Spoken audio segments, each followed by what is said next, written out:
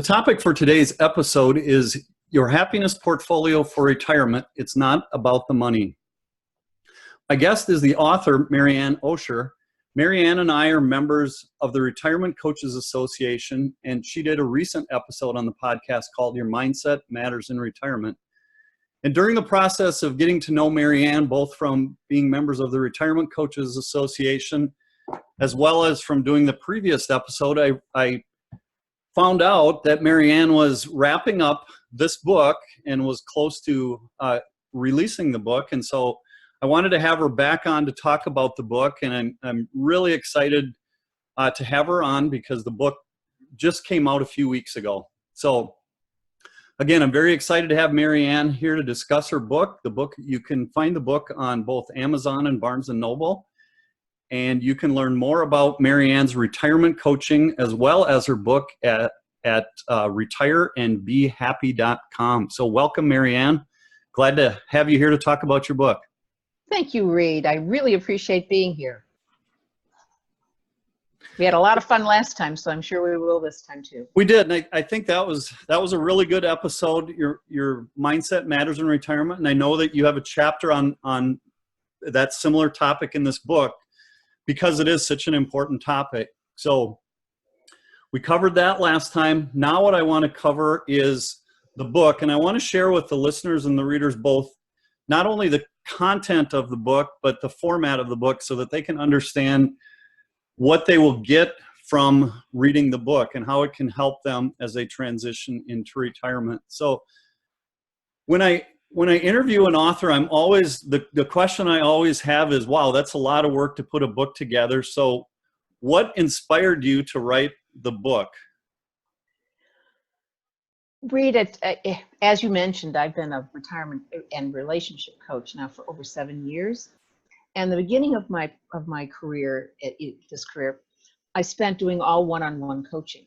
And in that process, I developed a system that has worked for very many people. And I have to tell you, it's enormously gratifying to me when I see the kinds of transformation that people are able to achieve and how they can go from sometimes being very confused and unhappy about retirement to being to truly thriving.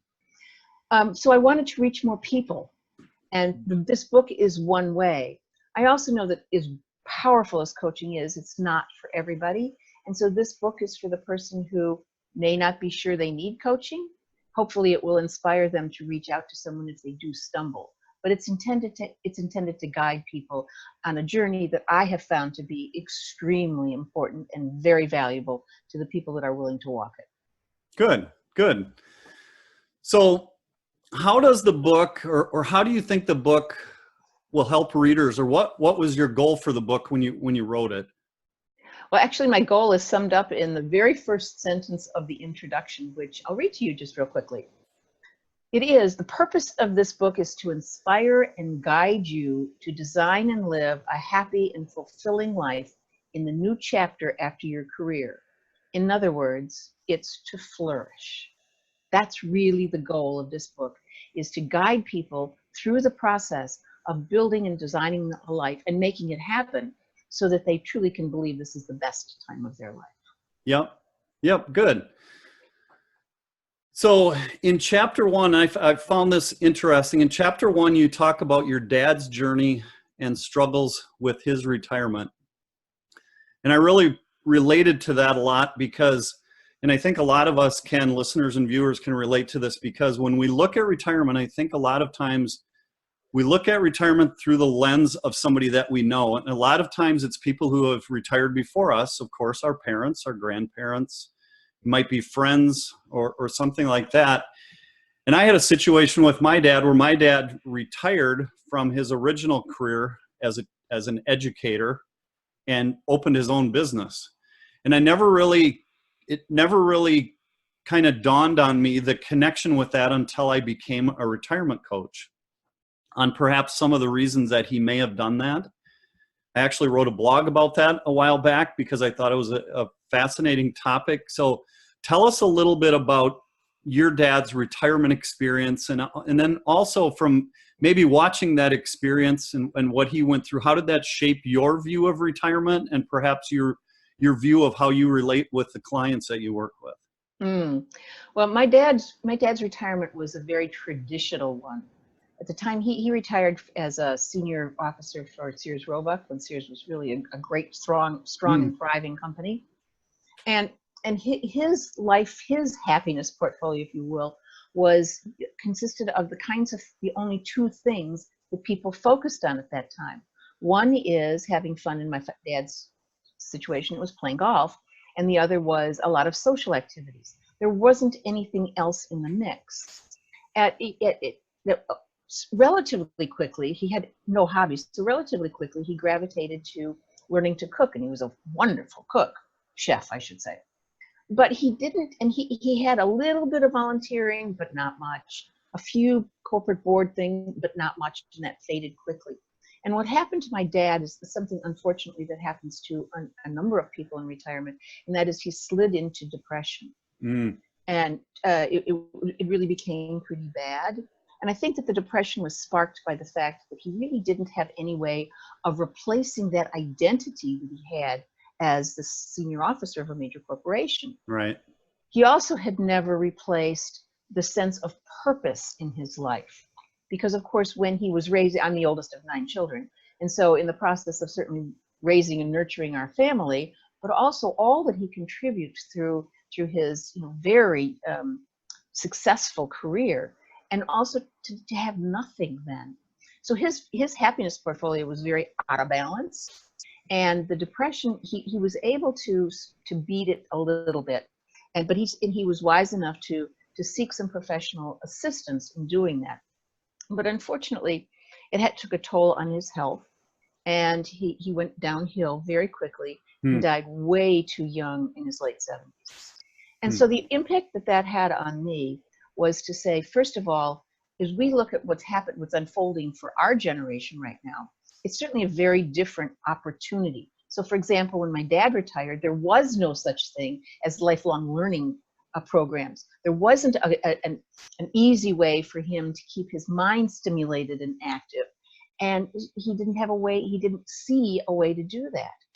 And it also, as I look at the difference between how it's unfolding for us and how it unfolded for my father, I think that certainly one of the things that it shaped was how important it is to be aware of what might be coming up for you, yep. because that awareness helps you to open up your mind and say, okay, I get that what I'm going through might be a little painful right now, but it's just temporary.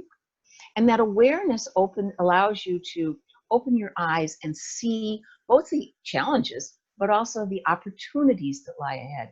And my dad didn't see any of that.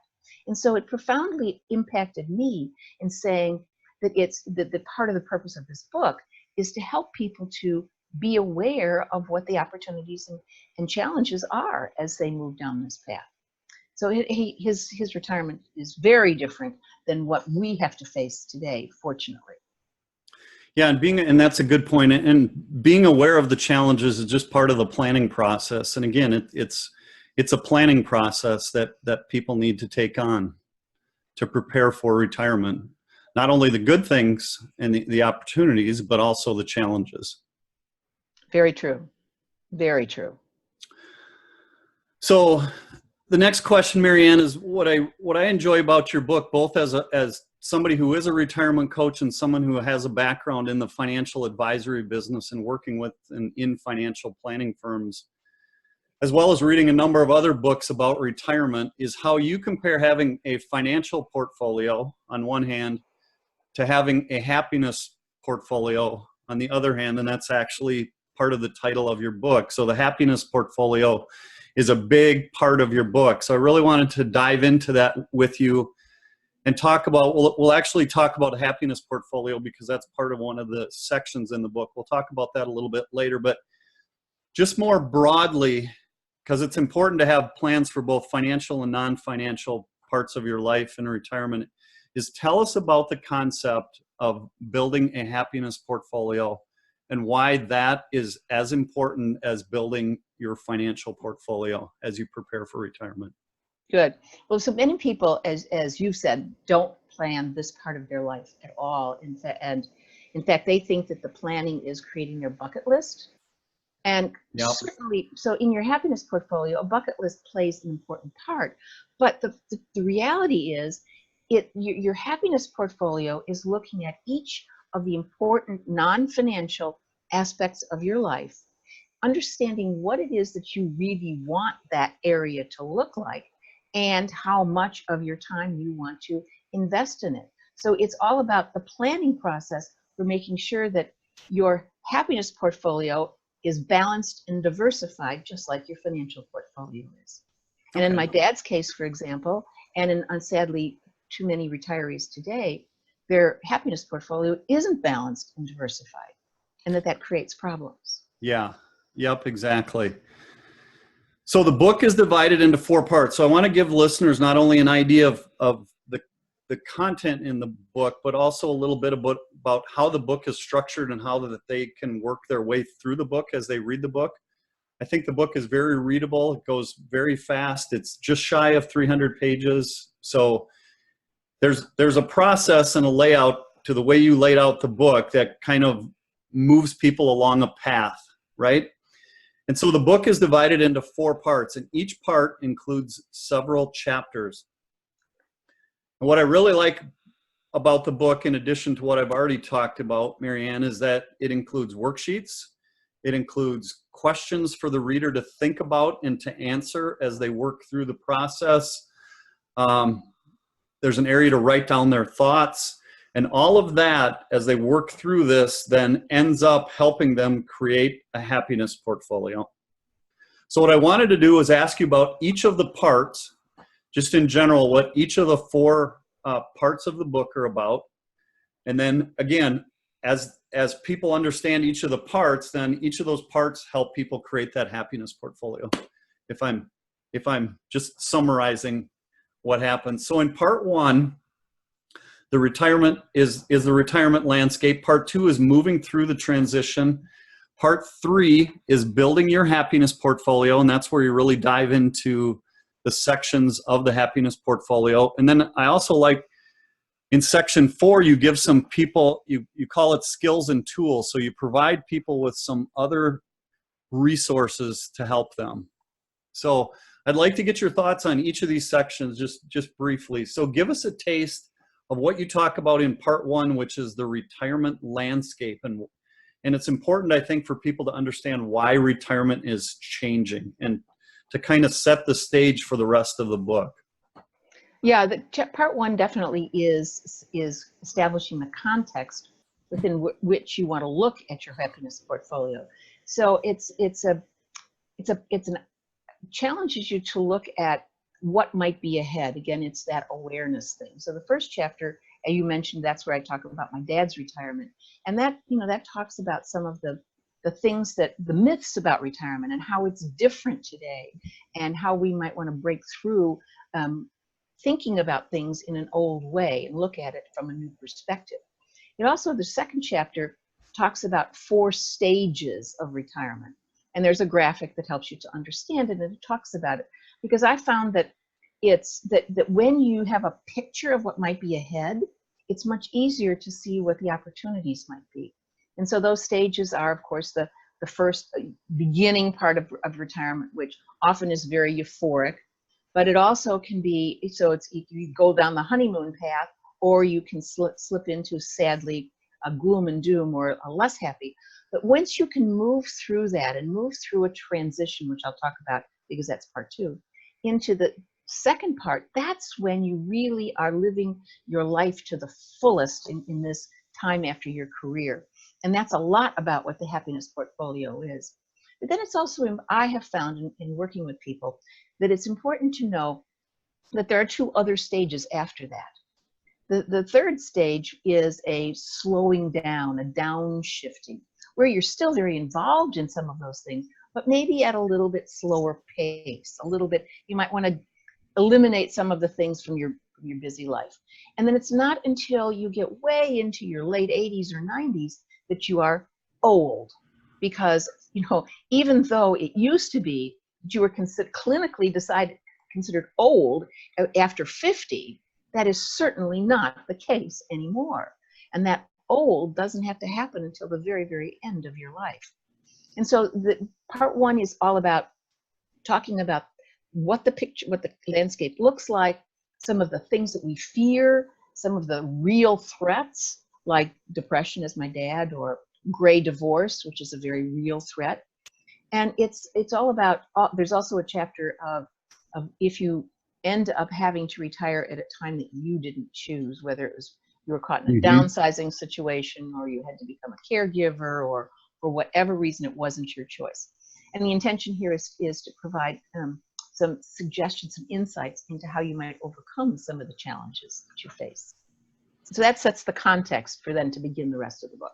Yeah, and I think that's interesting too that you talk about these various stages in retirement, because I don't think a lot of people think about that. They think of retirement as kind of one big stretch of time, and back in previous generations, that stretch of time was very short, right? Because people didn't live long. But now when people retire, their retirement could last 25 or 30 years easily. So there is this transition into different stages before we slow down and want to really cut back on things. So I think that's really an important part of that chapter, or that section.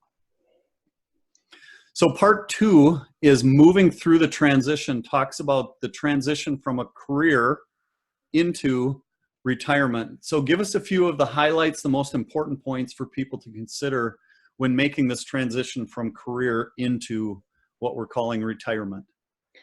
Well, I know Reed, that any big change in your life triggers this process called transition.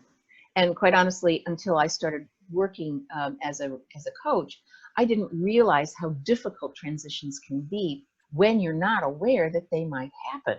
Yep. So the first and most important thing is to know that, when you realize that so much of your life changes when you move out of your career, and in that change triggers a transition, which sometimes begins with happiness because you don't understand that that's going to happen. So the purpose of this section is to make sure that you are aware that you are very likely going to go through something like that. And when you're in the midst of this transition, there typically are three components to it. And they're not stages because it's not chronological. But one of the big components is a time when everything is confused. You know, the picture of what you thought retirement was going to be like isn't necessarily unfolding that way. Mm-hmm. And now you begin to say, oh, I don't, what are the next 20 or 30 years going to look like? It's all about, many times people say, I think I made a mistake retiring at all because this isn't what I wanted. Unfortunately, it's also a time when people say, I must be feeling this way because there's something wrong with my relationship, Mm-hmm. which, sometimes there is a little bit, but also it's not necessarily that, but it's an easy thing to blame. And it can lead down that nasty path to gray divorce. And so it's all about knowing that this might be a time of confusion. And instead of looking at it as I made a mistake or something's wrong, it's really an opportunity to say, this is my time to reflect on what do I want this time of my life to be like? What is important to me? Who am I as a person now that my business card isn't any good anymore? Answer some of those fundamental questions that can help you to design what you want the next part of your life to be like, the next stage. And so it really can be an opportunity if you look at it that way. The other thing that's important to know about a transition is that there's no set time for how long it lasts. Jane Pauley wrote a book called Your Life Calling. When she was a famous TV journalist, Mm-hmm. and when she retired, she was facing this time. She called it like a time of groping in the dark. And the way that she reflected on it was to interview, I think, 150 people to find out about their retirement. And when she talks about this transition time, she said, for her, it took 4 years. Now, for somebody else, it might take 4 months, and it may not feel like groping in the dark, but it definitely feels like confusion. But the important thing is to say, it ends. It's not the way that the rest of your life is going to be. It's a process that you're going through as you decide, as you determine what the rest of your life is going to be like. And that's so that this part talks about that. This part of the book also talks about how you can rebuild your identity since it's totally changed. And it talks about the importance of having meaning and purpose in your life. I said earlier that that was clearly one of the things that was missing from my dad. And I do believe that is one of the fundamental reasons why he died so unhappily. Yeah. Yep, that's a good section. So let's move on to part 3, which is building your happiness portfolio. And that looks at each of the areas that create what you term your happiness portfolio. And the final section of part 3 is titled Putting It All Together. So briefly explain what part 3 is about, and then how we can pull all of each of these areas together to create our happiness portfolio. Great. There are 8 areas, as you mentioned, Reed, and I depict that as a simple pie chart, and I'll happily send you the graphics. Okay, perfect. But the reason that I use the pie chart, first of all, the 8 areas are professional. Do you or do you not want to include work in this part of your life? Some people do, some people don't. But it's also self-development. What are you going to do to keep your mind active? It's about health and aging, and yes, we all need exercise programs. That's not what this is about. It's about the mindset of aging and how you can, in fact, by designing your happiness portfolio and building a lifestyle, promote it so that you will, as Dr. Landry, the author of Live Long, Die Short, says, so that this time of your life is a healthy, happy time, and that the decline is only a short part of it. And so that chapter talks about that. It's about your primary relationship, and it's about your friends and family, and it's about spirituality and leisure and giving back. And the important part, and the reason I use the pie chart, is that not all pieces of that pie are necessarily equal. So for example, the professional one, do you or do you not want to include work in your life? We now know somewhere between 58 and 75, depending upon what study you look at, it's 58 to 75% of people who are about to retire want to include some component of work in their life. But there are a lot of people that don't. My husband is one of them. And so therefore, for somebody like me, who this labor of love that I call coaching and authoring and educating is a big, that piece of my pie is big. For my husband, it doesn't exist. Yeah. It's the same thing with social. Some of us are more social than other people. My sister is it's really important for her to be always with her friends and doing things. And so her piece is real big. Mine, not so much. And so the point is, this section is about looking at each and every one of those areas. The chapters are written to provide you information. Most of them are complex enough that there are whole books written about each of them. And then this is my attempt to summarize them, to put it into perspective so that you can think about how you want that to play in your life. Not only what do you want in it, but how much of your time do you want to invest in that section. But it's important because we now know from research that the happiest retirees are the ones that have a combination of activities in their lives. Some of them are high energy, some of them are low energy. Some of them are high social interaction, some of them are low social interaction. And it's all about figuring out what mix you want in your life so you are flourishing. Yep, perfect. Also is figuring out what does flourishing mean to you. Yes. I think the other important part of that too is to make sure that people look at each one of those areas, because each one of those areas are important, but how big a piece of that pie each one of those areas is what we have to figure out. But we do need to make sure that we look at each one of those areas because they're all important. It's just like you said, how important is each one of those as a component of creating that happiness portfolio. And then you asked me, Reed, about the last chapter, which is pulling it all together. Yes. Each chapter has, at the end of it, asks you to think about the actions that you want to take. Because this isn't just theory here. This is an action plan in Yep. order to actually bring it about. And so the pulling it all together really says, all right, let's take all those action, those things that you thought that you wanted to do, and put them into an action plan. And that's what that chapter is about. It gives you the space to record what you want those actions to be, so that you can pull it out later, 6 months later, and look at it again and say, does it need to be tweaked? Am I doing what I said I thought I wanted to do? If I'm not, why not? It truly is making this part of your life, not just reading a book and then putting it down and not having it change your life. It's Right. about changing your life. Right. Yep. And then part 4 is the skills and tools, which you provide additional information to help guide the reader. So tell us a little bit about this part of the book, maybe why you added it to your book, and then what readers can get from that skills and tools section of the book. Okay, there are really 4 things in that section. The first one is you may or may not need help. And that's about recognizing that there are times when you do need to reach out. And in the case of this, it might be reaching out to a retirement coach, such as yourself, Reed.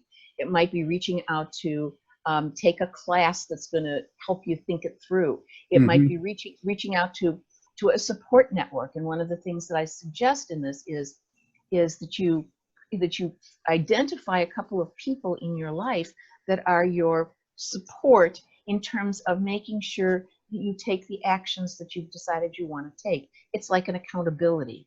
It's about making, because your chances of actually implementing something when you tell somebody that you're going to do it and talk to them about it is significantly higher than if you don't. And so that's an important part. The other 3, first one is about resilience, because not everything that happens in your life is going to be rosy in this time of your life. There are pitfalls. There are things that might come up. A health challenge might come up. You might fall into that depression.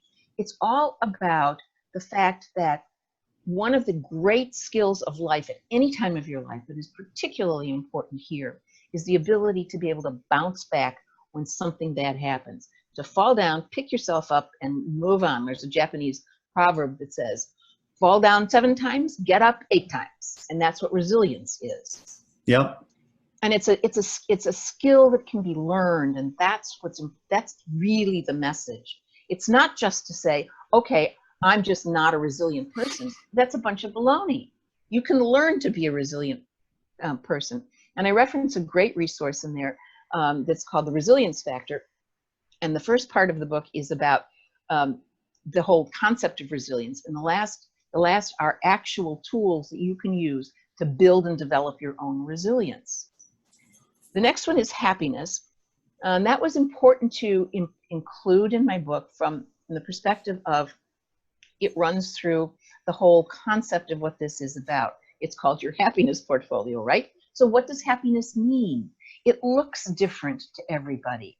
It also means that the other thing I talk about in that chapter is how you can impact your happiness set point.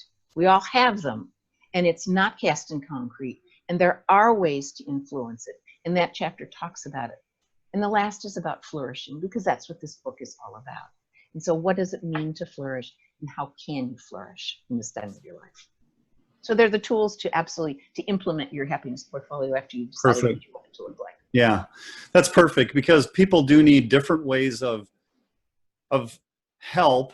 And some of that could be working with somebody like us as a retirement coach. Some people can read a book and kind of work through it themselves. Some people, like you said, could use a support group, and any way that they can be held more accountable and have somebody else kind of saying, hey, are you doing what you need to do to get to the point that you want to be at in retirement, I think is helpful. So I think that the skills and tools section is really important for people. So it seems like a good way to end your book with giving people those tools. So the last question I have, Marianne, before we sign off today's episode, is there anything else you'd like to add or mention about the book, things that we maybe didn't talk about that you'd like to share about the book?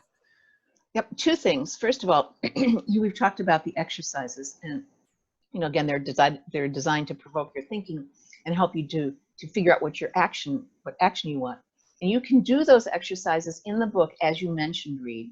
You can certainly do it in a separate notebook, so you can write it down. But it's really important. I want the readers to know that there's also a free workbook that you can download. Okay. And that workbook is all of those exercises in one place with room to fill them out. So it's good. another way to make it easy to do the exercises, and then to keep them someplace where you can reflect on them from time to time. Right. And the second thing I wanted to mention is that for the next couple of weeks, specifically until July 24th, and that's a month after the launch of my book, if you buy my book, just send me an email with a copy of the receipt in it, and I will send you the information on how to access my do-it-yourself workshop. It will be free to you. It's $97 to people that buy it. So it's a $97 value that you get for free for buying my book. Oh, nice. Good. That sounds like a good way too for people to work through the process along with one of those support things too, right? Exactly. Yep. Perfect. All right. Again, the book is Your Happiness Portfolio for Retirement. It's not about the money. And my guest today was author Marianne Oesher. Again, Marianne, thank you for being a guest today. And listeners and readers, you can find her book on Amazon or Barnes & Noble. Until next time, thank you, Marianne. Thank you, Reed.